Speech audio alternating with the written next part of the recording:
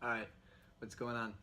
If you've been watching Wimbledon or if you watch professional tennis, every time there's a match, they show the two biggest stats, the winners and the unforced errors. I don't want to talk about first serve percentage because that's a whole different story. But winners and unforced errors is what the commentators talk about all the time, and it's this stat that, in my opinion, is outdated and it needs some changing. When we call something an unforced error, that usually just means a shot that could have been put in the court, right? But like most balls could be put in the court. So then is everything an unforced error? I totally disagree with that theory, right? Because when you're really playing at the top of men's tennis, I'm going to try and stick with men's tennis because that's what I play, that's what I know.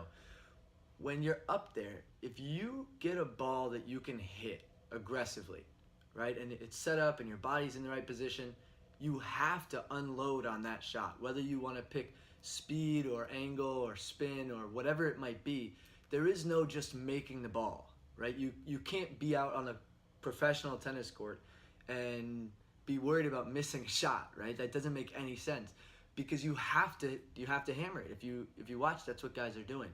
So making that decision is really the most important thing. Hey, can I hit this ball, or do I need to probably play it to his back, and is that my best bet, right?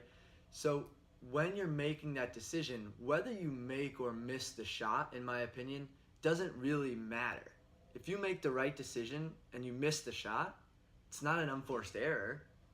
For me, an unforced error is when you try to do too much with a shot, right? If you pick the wrong shot, let's say you get an approach shot, and you try to hit an angle or something that you didn't really need to hit, you would have been better served to just, make him play the passing shot.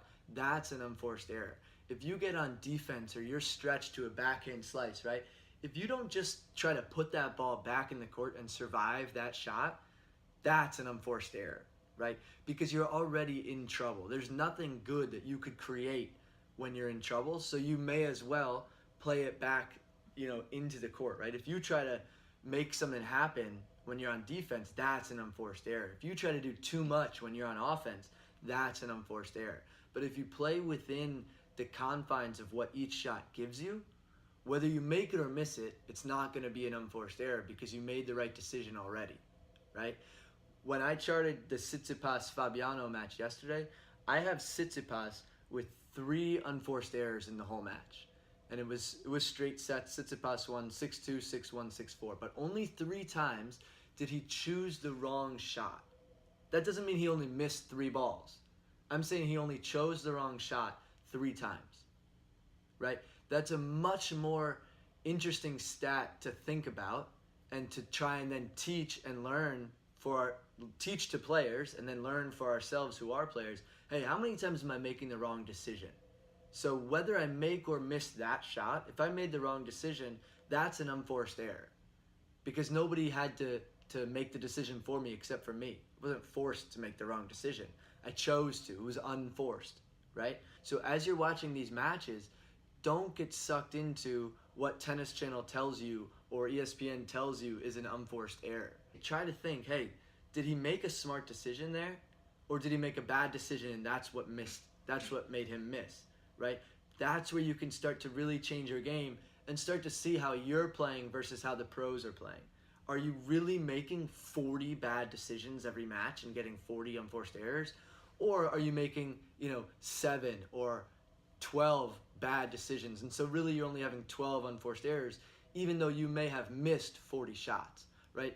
Knowing the difference between just missing a shot and choosing the wrong shot is huge to not only your psyche on the court, but to your development as a player. Hey, what am I actually thinking out here? What am I trying to do with these shots? If you can think more like that, I promise you'll see a spike in your game and a spike in your confidence level on the court when you start to think, hey, execution's different every day.